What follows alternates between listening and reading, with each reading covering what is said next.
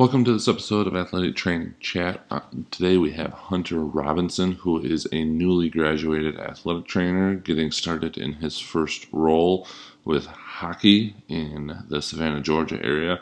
We had originally connected with Hunter to talk about hockey specifically, but since the season hadn't started, he thought maybe we could just talk about his experience in getting through his graduate program, what he's learned, what's come up, and also he took kind of a unique path as he worked a couple of years as an exercise physiologist and also an aquatic therapist, which we also talk about a little bit. And most likely we'll have a follow-up here at some point in the future on exactly what that is and dive into aquatic therapy a little bit more. So Hunter shares some great insight on what he's learned so far, what he's hoping to get out of this first job and all this experience coming up. And so it was a really fun episode just to kind of hear all the aspects of starting your career up, as it's been quite a while for me. So great insights that he provides to that.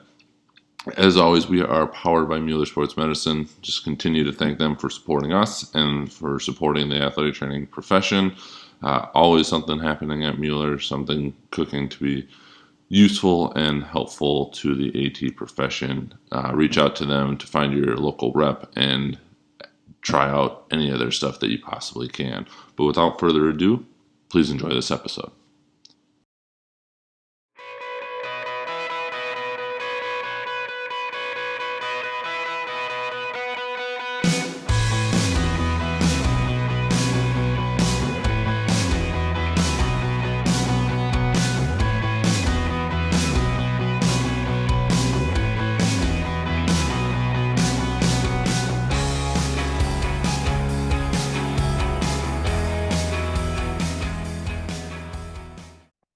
Well, welcome to this episode of Athletic Training Chat. We are on with Hunter Robinson, and we are going to talk getting started as a newly graduated athletic trainer. We'll also talk a little bit about hockey, although that was going to be our main topic, and we'll talk about how that kind of shifted here. Got connected to Hunter just through social media, reached out through a different avenue, kind of saw what they were doing, found a topic to talk about, and here we are. So before we get into all of that, I just wanted to turn it over to you to fill in your background on kind of what's been your career progression so far, kind of based on how much that is currently. All right. So I'm originally from Charleston, West Virginia. Went to WVU, so I'm a double alum from WVU. I got my undergraduate degree there, bachelor's in exercise physiology with an emphasis in aquatic therapy. I worked as an aquatic therapist for about 2.5, 3 years before deciding to go back to school to get my master's degree in athletic training. While at WVU, I worked with local high school. I worked with the gymnastics team while I was there. I worked with the basketball team for their when they were in season when I was there, and then I worked with the football team when I was there. I also helped out with research, and I actually presented at NATA this past year. One of the research articles I did. It was just an NATA poster, but it was still cool to be able to present that. For sure. On concussions, kind of looked at the gymnastics team, wanted to see how the best, like I don't think the best test is a good clinical indicator for gymnasts specifically, or really any highly trained balanced athletes. So Good point. I wanted to look in that a little bit. So I teamed up with some of the biomechanical engineering students, had them lend one of their like force plates. And I had all the gymnasts do a best test on the force plate. And even though none of them had currently had a concussion, they were all cleared to play. The ones that had like a history of concussion were a lot more unsteady, objectively based on the numbers that we got. And it was really interesting, just Hmm. component we got from that. So just wanted to, while as a student, we have to do kind of like a project. So that's what I set my sights on. And I got some really cool data. And like I said, was able to present that at NATA, which I was grateful for. And then for my final semester in school, we got to do our immersion. I had just worked with the football team. I wanted to stay in a pretty high intensity sport. So I was like, well, hockey seems to be like the only thing in season that kind of high intensity for the spring semester. Um, I am not from a hockey background at all. I did not grow up watching hockey, playing hockey, anything. Didn't know nothing about it other than there's people on the ice skating really fast. Each other, they fight sometimes, and then they're trying to get it into each other's nets. That's about There you all I go. know. So I had the opportunity to go down to Savannah, Georgia, work with the Savannah Ghost Pirates. I interned for a position there with Dylan Campbell, who is my supervisor now. Um, but it was an intern for him, and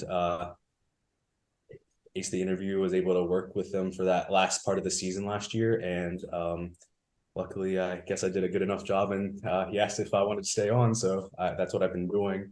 Is working with Optum Orthopedics, which is the hiring body that Okay.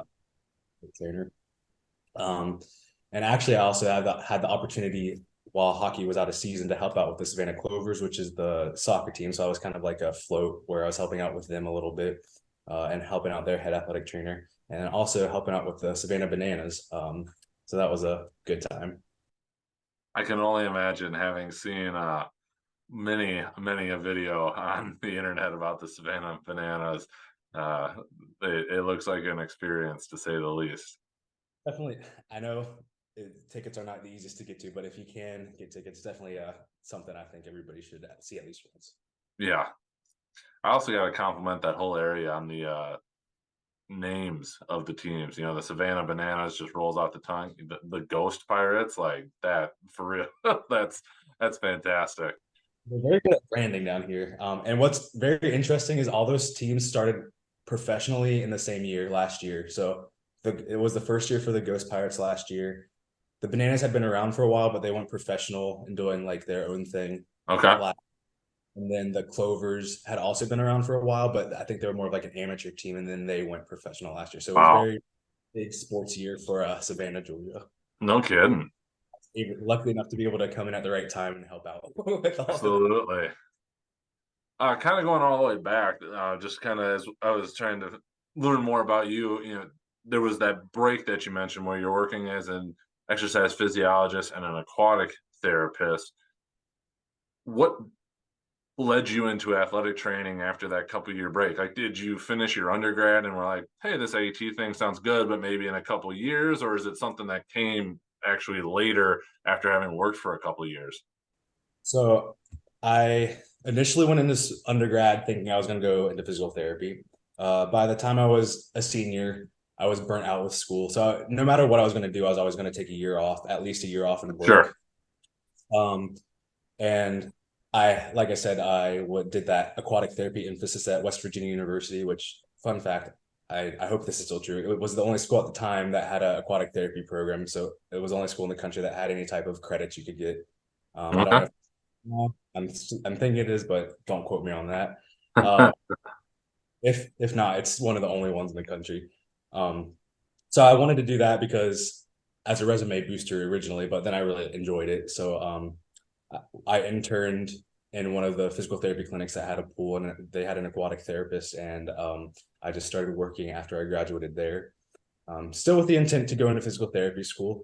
Um, I also my grades weren't the best getting out for a physical therapy program, and I knew that, so I figured working for a couple of years would kind of boost me and get me in that way. Sure. Um, but then I had an intern actually. The master's program at WVU was about to start. I was in the second cohort, but the first cohort was about to start. Um, and she was applying for it and telling me about it, and I was like, "Oh, this sounds pretty interesting. Let me." I kept up with her while she was in her year, and I was like, "Well, I think I want to do that. That sounds like everything I wanted to do, and I just didn't know really what athletic training was. Like I had heard about it. Um, I actually almost did athletic training as a bachelor's, but then I was like, I don't know. I didn't look into it too much back then, but Sure. because I was really mindset on going into that physical therapy. But yeah, the more I actually looked into it, I was like, oh, this is checking all the boxes that I really wanted to do when I was trying to figure out what I wanted to do in high school. It had like that emergency medicine aspect. I wanted to be a paramedic for a little bit. It had that like teamwork aspect when I didn't want to be a paramedic. I wanted to go in the military and be a combat medic because like I want to be working with the people I'm going to be helping. Then I was like, oh, I'm not going to go to the military. That's not for me. um, that just didn't fit me. So then like that's kind of how I wound up in physical therapy. Is I was like, well, I really like the rehab aspect, so maybe I can like rehab with people in the military. Um, and then I was like, oh, well, I can go that route by physical therapy. So that's how that all kind of got me Sure. into physical. But then, like I said, when I was researching athletic training, I was like, oh, this is hitting all those boxes that have like things I wanted to do. And there wasn't just quite the right job that I could find to do it until I actually found it with athletic training. So it was like a roundabout way that I ended up back into athletic training or really into athletic training. I feel like I was always meant to do it. No, that makes sense. Kind of the first off, if you could just define a little bit more, like, especially as you said, the only, if not one of the few aquatic therapy, programs. What differentiates or makes it like an aquatic therapist, and why it was kind of unique? Just for that bit of background, because I know just in my own experience, there's a lot of ATs that do a lot of aquatic therapy, but that doesn't necessarily mean that they're aquatic therapists, and quotes, if you will. Yeah, I understand. So there's not really like any type of certification or licensure that you get as an aquatic therapist. It's not like some kind of board like regulating things. You can take certification classes and things, and you can get like certain like specialties in aquatic therapy, but Sure. it's not like athletic training where it's regulated. It's not like physical therapy that's regulated. It's not like a lot of Sure. other regulated. So really anybody can claim to be a aquatic therapist, but I feel comfortable saying that I was an aquatic therapist because I took those classes at WVU. Yep. And what you do is you learn a lot of those like specific techniques. So there's uh, a technique called Watsu, and it's like water shiatsu. Shiatsu is uh, like an ancient Chinese medicine thing that like Yep. you get really in tune with your body and movement and like open up your body that way. It's just that done in the water. So you kind of learn how to maneuver and do the technique that way. You learn a specific method that I really like to use, and I would still use it today if I'm working with people. It's called the Baudrillard's ring method.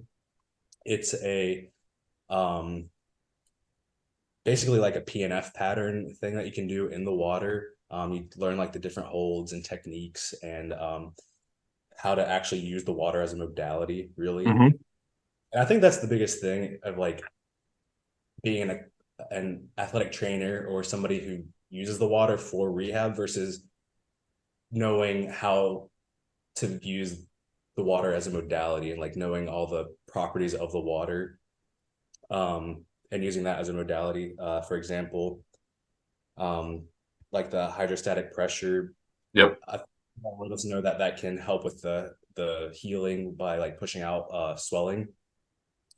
But with all these different techniques and stuff, you learn like other ways you can incorporate that into healing throughout the spectrum. So not just acute, but really long term, and even just for like practical like fitness. Um, I think a lot of times people think of aquatic fitness as like old people in the pool, but you can really work somebody out in the Sure. water, get really good return. So I think that's just the really the difference of somebody being like a aquatic therapist versus an athletic trainer who uses aquatic therapy. No, that makes sense. I appreciate the nuance and just the detail on that one. Um, I still recommend anybody who can use the water, even if they don't know all those nuances, to use it. It's beneficial in either way, absolutely. Agreed. I was a big proponent of it, especially when I had access to it. What was the biggest surprise you come across? Kind of shifting the conversation a little bit of just the start of your career. Being pretty much out of the gate. What has been the biggest surprise you've come across so far? I don't know. I guess this is a surprise, but it's just how small the athletic training community is, and the fact that like I don't know if you've heard of the 6 degrees of Kevin Bacon, but I feel Oh like it's yes. for athletic training like somebody knows somebody who knows somebody else, so in that way like all athletic trainers kind of know everybody to an Yeah. extent. So I think that's like a big surprise, and I think that's a benefit for athletic training because it only takes a couple people for you to get in touch with somebody that can really help you out in this profession, um, no matter what like the assistance you need or advice you need is.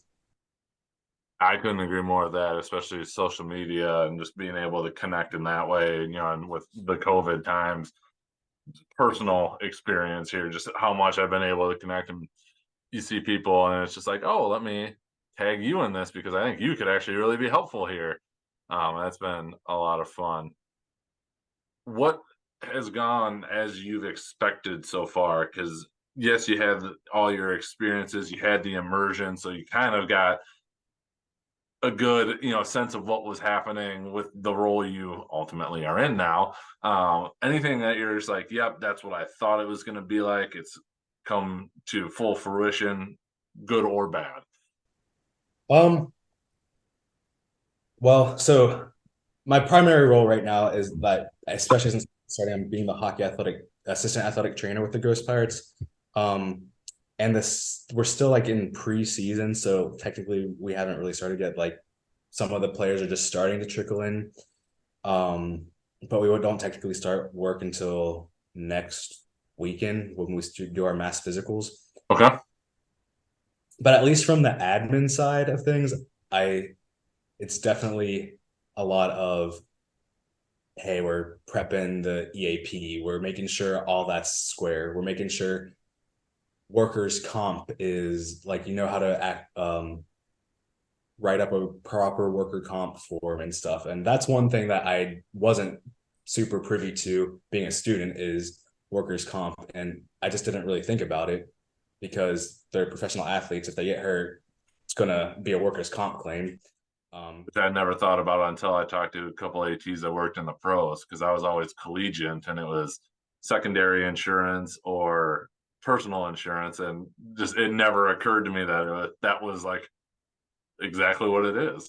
Yeah, I was like, oh, well, yeah, it makes sense when you think about it, but you just don't think about it until you have to do it. So just preparing for that, making sure we're getting in contact with all of our like, well, we have one team doc, but a lot of the other orthopedic surgeons kind of help out throughout the season as well. So just Sure. making sure we're on the same page, making sure um, we have good communication with the neuropsychologist who helps out with the league. Just making sure all the boxes are checked, everything's done, and we can kind of help. Hopefully, if anything bad does happen, everything is in proper working order where we can expedite things and make things as smooth as possible. Understand that. Kind of the next question, is some of the things that, like the work comp, we'll just use that kind of as an example right now, which we can delve off of this, please, if there's a better one. By no means saying that the education you got wasn't good, and I know there's only so much that can be taught in, any program, whether it was the previous bachelor's or the master's. But is there something that going back, whether it would have been through your education or through other resources so far, you've been like, wow, that would have been really good to know, but we just didn't cover it? Um, Because Organ Admin is everybody's favorite class and while they're in school. I have to shout out my program director, Samantha Scardier Miller, Dr. Samantha Scardier Miller. She is very big onto the admin stuff. For Um, sure. she's very she like writes a lot of things and papers national wide that people look at and follow, and she tries to emphasize all of that. But had a very like drilled admin stuff into us. So I feel very confident about that. But there's still like there's so much of it, and I think it is like probably the most underrepresented part of athletic training. Even with her still being like forcing so much of that down, that like I think just as a profession, we got to get better at like that realm of things just because we do all the other stuff so well that once you're actually in the nitty gritty working, you don't want to be behind just because you don't know how to properly file a claim.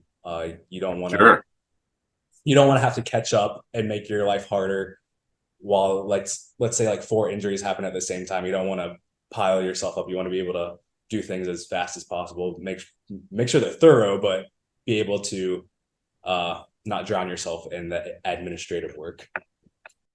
Yeah, I couldn't even begin the process of figuring out any of that stuff. And that's having worked in collegiate athletics, who we had great people that did that, and now working in a healthcare system where it's even more confusing, I feel like, than it was working in the athletics realm.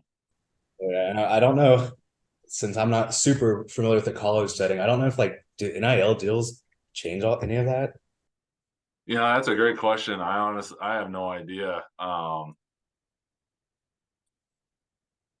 would have to venture no, just because the student athletes aren't considered employees yet. If they eventually were, that will change the entire game of everything. Yeah, that's a good point. I think it's going to be really interesting how that all unfolds. So a lot of things could definitely happen with that. It's a can of worms that I don't think I'm gonna have to deal with too much because I don't really plan on going to college, but I That's don't fair. envy people that will have to maybe potentially open that can of worms. Any other surprises that you've come across, as the new grad, just really getting started again? Because you graduated just this past spring, May. So May, so not too many months ago. Teams starting to come in, but even in your time in the immersion, how are the things or any learning experience of, dealing with now, as you were mentioning, pro athletes? It's a whole different, yes, in a lot of college athletes, it's extremely important. Some of them are going on to, the pros, making a bunch of money. So, yes, it is a heightened, but obviously for the group that you're now working with, it's their livelihood in most cases, if not at least a major part of it. Anything that you've seen there or started learning that you would kind of relay, like, I might have done this not the best way, but now I'm going to approach it a different way? I I think just being aware that again that like this is their livelihood and that you might be the you're not probably the deciding factor, but you probably have a lot of the information of deciding for like coaches or leadership or like whoever the powers that be for whatever organization you are. And I'm just talking in general, but like Yep. that if they are going to sign somebody or not for a contract, um, just based off their um, injury history and like what that looks like. So that's something that you have to take into consideration and be prepared to deal with when you get in any level of professionals, I would say. I agree with you there. Anything that we haven't covered around being a new AT as you're getting into everything that you'd like to touch base on? Um, not not right now, because I was kind of just floating around, like I said, helping them out with the clovers and the Savannah bananas the past month, few months since I got hired. Worked a couple of high school like football games, but so I haven't really gotten into the thick of things yet. I feel like I'm in a good place, and I could definitely tell you more a few months down the line once we're getting started. But yeah, right now I'm things are going as much as expected, even though I think just at the realm of athletic training, you can't really expect too much. You always have to be prepared for things to go wrong. Absolutely. One of the best parts of the job is your day is pretty much never just the same. So you got to be ready for about anything. Well, with that, I was going to mention, as you already beat me to the punch, we'll have to do a follow up episode here in the future once hockey season's kind of wrapped up and see how everything went and how refer back to this one. Yeah, absolutely. With that, should we jump into the AC chat questions? Yeah, absolutely. Let's go ahead. I'm actually really kind of curious, for you, having been out in the working world a little bit, went back, now an athletic trainer. just getting started, where do you see athletic training going in the next 5 to 10 years? I think in 5 to 10 years, athletic training is going to have a lot more exposure. I think it's going to become more of a household career Sure. name. We're going to recognize it a little bit more. It won't be, I think the years of a lot of people just kind of falling into it are going to be less. I think people going to athletic training are going to be a little bit more educated on what they're kind of getting themselves into. Just because it has been a little bit more like the media cycles, like with that DeMar Hamlin case. While a tragedy, it just emphasized the athletic training world a little bit more. And hopefully within the next 5 to 10 years, we could be in the media without having it just be tragedies. Sure. Um, I also think just with the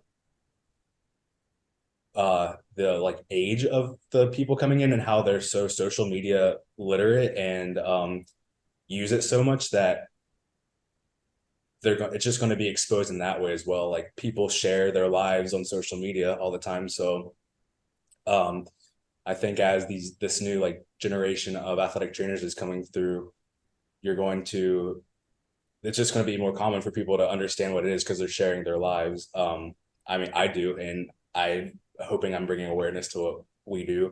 Um, Absolutely. and I also just think there's going to be an overall job market increase. But I think especially in the industrial setting, it's going to boom. Primarily because the hours are really good, and at least right now, they're having a lot better pay than a lot of some of the other settings. So I think that'll be like a big booming part of athletic training. I agree with you there as well. What advice would you go back and give yourself as a young athletic trainer? And being that you are fresh into this, it can go back to like undergrad or even start of grad school, where you set the time frame on it. Um, I'll say keep your options open. I think what helped me out was I wasn't so dead set on being in any sort of placement or population that it helped me out in the end. Sure. I didn't put all my eggs in one basket, should I say. So it wasn't like I was really hoping to be in the NBA or anything, or I wasn't really hoping to work for NFL. I would have done it, but that's not like what I was gunning for. So I was just happy to kind of help out and work in any setting right now. In fact, I think I knew what I didn't want to do more so than what I did want to do in athletic training. And And sometimes that can be just as important. I agree. So just keeping your options open. And I do tell some of the new students that are coming in because at least when I was still at WVU and helping with like some of the new people that we were interviewing for the potential next class, Yep. that they should probably do placements that they don't think they're gonna like because it's either gonna turn out that they didn't know actually what went into it and they do like it, or it's just gonna confirm that yeah, this isn't for me. So just you're only going to do that for a few months. You can grind that out, and you know for sure you don't want to do that as a career, or you're like, hey, I actually really like this. Maybe I'll pursue this a little bit more now. I think those are some wise words, and would highly recommend that for sure. I almost did the same thing. I was very adamant that I did not want to do football. I know that's probably sacrilege, but I did not want to do. But then when I ended up doing it, I loved it. I still love it. Like I would go back and do it, but with what I'm doing now, I would prefer to do this. Yeah, I thought I wanted to work D1 football. Ended up working track and field for grad school instead because that was the only GA position I got. Ended up working track and field for several years and really enjoyed it. Ended up getting back to football at a D3 level. Really enjoyed it there as well. And so, yeah, it's funny how it all goes. In I wouldn't say a complete circle because there's enough loops and zigzags in there as well. I agree. What has been the most influential resource you found so far in your career? Um, Other athletic trainers, really. I think I could research as much stuff as I wanted online, but until another athletic trainer kind of explains it to me more in person, or like it just gives their perception of it, it doesn't like it just holds more weight, I think. Sure. Because I read all these things and what is happening to myself and bring my interpretation on paper, but until I hear like how somebody speaks of a particular topic and how like passionate they are about it, or maybe not impassionate about it they are, um, it just gives me a lot more perspective than like trying to use the internet or and like find things out myself. A very common answer, but I like how you phrase that. Yes, research is good, but sometimes just having that other perspective, especially from people that maybe have messed it up a time or two, can help you on some pitfalls. Yes. As a new AT in your role, which again, this will be we'll definitely ask this as a follow up after season. How do you take care of yourself?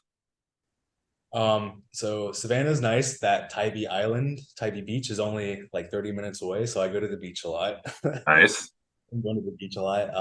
It's been really nice weather. I think it's about to cool down here within the next few weeks, but where I'm from, it gets cold. West Virginia gets cold, like 30s, 20s, sometimes Oh, in yeah. the winter. But here, when I came in January last year, it was like on average in the 40s, 50s as it cold, and I was like, this is great. So being able to be out in the weather a lot more or outside, just being outside without being cold is great. Um, and I do watch a lot of movies. I'm a movie buff. Um, I for a little bit there, I did want to go to like filmmaking school, so that's so I keep Nice. uh interacted with movies that way and look at it through like a more of a filmmaking lens. And I play a lot of video games. Okay. If you could change or eliminate one thing, could be a modality, common practice, a mindset, or anything of your choosing in the field of athletic training, what would it be? I think it would be the thought, like to eliminate the thought that athletic trainers aren't doing enough, or like if you're thinking about it personally, like the fact that you aren't doing enough as an athletic trainer. Because I feel like if you're thinking that, you're already doing a lot anyways. The fact that are aware enough to like think that you're not doing enough probably means you're already doing more than what most people would be doing. Um, and I feel like by doing that, you kind of trick yourself into not setting a good work-life balance, which is I know is a big thing in athletic training. Yep. So if you could really just kind of eliminate that thought to be able to give yourself time to do what you need to do, I think that's what I would eliminate in athletic training. I like it. Hadn't heard that one, or at least that way. I like that perspective. Lastly, what does being an athletic trainer mean to you? So for me, it would be to be an advocate, and that I mean that in a couple ways. So you got to be an advocate for your patients. You are with them like sometimes 24/7 if you're away for a weekend trip or something. So you're with them Sure. all, and they know you're their medical provider, so they come to you with everything that they think they need help with. Um, Even if it's not medical related, they just come to you as a confidant. So you need to be their advocate. I know a lot. I've heard from countless athletic trainers that they come to you before the coaches. A lot of the times, they come Mhm. to you before XYZ. Like, so you got to be their advocate a lot of the times, especially if they feel like their position and whatever it is in jeopardy. So you can kind of help them out in that way. Um, or maybe something is lacking in whatever field you're in. Like maybe there's not good facilities or good nutritional, good psychological help. So being able to try to get those resources to adequate positions um, for your patients. I also think being an advocate for the profession is important as an athletic trainer because it is such a important profession for like medical in the medical realm in the medical field, but it's not as respected as a lot of other ones. So I think Sure. being fight for it is going to help because I think you go into athletic training, most people go into athletic training to help people. And I think one of the biggest ways you're going to help the most people is if you advocate for the profession for more people to be athletic trainers and help in different settings. That's fair. I agree with you there. Anything else that you wanted to cover or touch base on before we kind of wrap up? No, I think I tried to give as much perspective as I could with Oh, you did great. Appreciate it. not having too much of my foot in the door. We all got to start somewhere, and I always go back and think about me and trying to go back into my first months in it, and the things I would do differently if I could go back and redo so many of those. But Yeah, I know I'm in a very unique position in the fact that I got to be in a professional team this early, even if it's a lower levels. But I know I'm very grateful for that. And yeah, it's just you really don't know what ride you're getting into. You can buckle up, but you don't know what bumps are ahead. yeah, that's part of the fun of it, I suppose. Just to close up then, if anybody wanted to connect with you, follow you, reach out, what would be the best place for them to do that? You could find me on Twitter, or I guess X is what it's called now, at Ah, H Robinson ATC. sounds good, and we will link that up on the episode page in the description, so if people want to look at it there. But well, I appreciate you giving some insight, just getting started off here, and like we said, we will definitely touch base. When does hockey season officially end?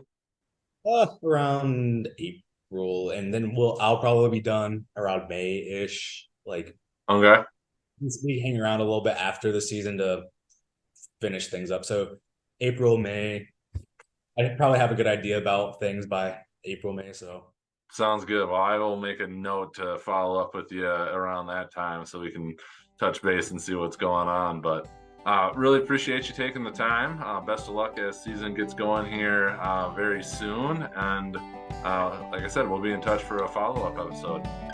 yeah, thank you so much for having me. It's been great. Awesome. Thank you for listening to this episode of Athletic Training Chat.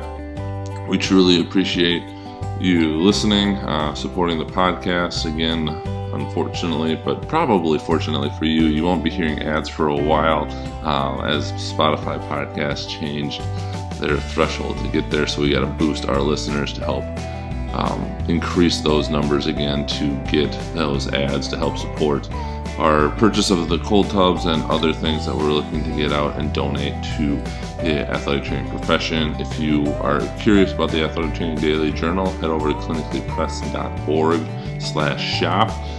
Check out the 14-day trial, and then you can buy a PDF version there or go to Amazon to find it, and 50% of all sales there go directly to funding the purchase of cold tubs that we will donate out to athletic trainers that just don't have the budget for whatever reason to get those to take care of their patients. We appreciate you listening, and we'll catch you next episode.